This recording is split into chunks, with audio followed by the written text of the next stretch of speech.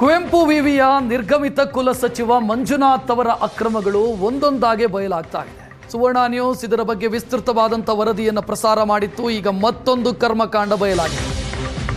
ಮಂಜುನಾಥ್ ಲಂಚ ಕೇಳಿರುವಂಥ ವಿಚಾರ ಬಟ ಬಯಲಾಗಿದೆ. ಕಸ ಗುಡಿಸೋರನ್ನು ಬಿಟ್ಟಿಲ್ವಂತೆ ರಿಜಿಸ್ಟ್ರಾರ್ ಮಂಜುನಾಥ್. ಕಸ ಹೊಡೆಯೋರು, ಟಾಯ್ಲೆಟ್ ಕ್ಲೀನ್ ಮಾಡೋರು ಇವರಿಂದಲೂ ಹಣ ವಸೂಲಿ ಮಾಡಿದ್ದಾರೆ ಅನ್ನುವಂಥ ಆರೋಪ.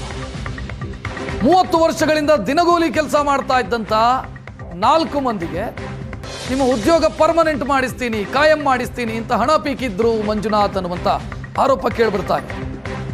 4 ಜನರಿಂದ ತಲಾ 1.5 ಲಕ್ಷ ರೂಪಾಯಿ ವಸೂಲಿ ಮಾಡಿದ್ದಾರೆ ಅಂತ ರುದ್ರಪ್ಪ, ವಿಮಲಮ್ಮ, ಕಣ್ಣನ್ ಮತ್ತು ನಾರಾಯಣಸ್ವಾಮಿ ಆರೋಪಿಸಿದ್ದಾರೆ.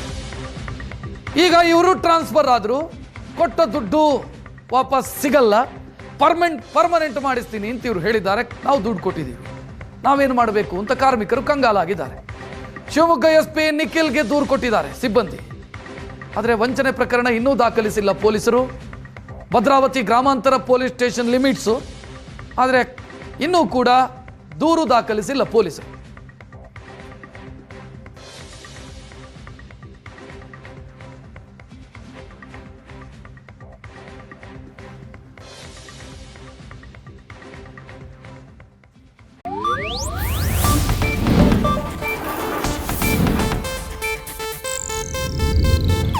ಇದು ಏಷ್ಯಾನೆಟ್ ನ್ಯೂಸ್ ನೆಟ್ವರ್ಕ್ ಪ್ರಸ್ತುತಿ.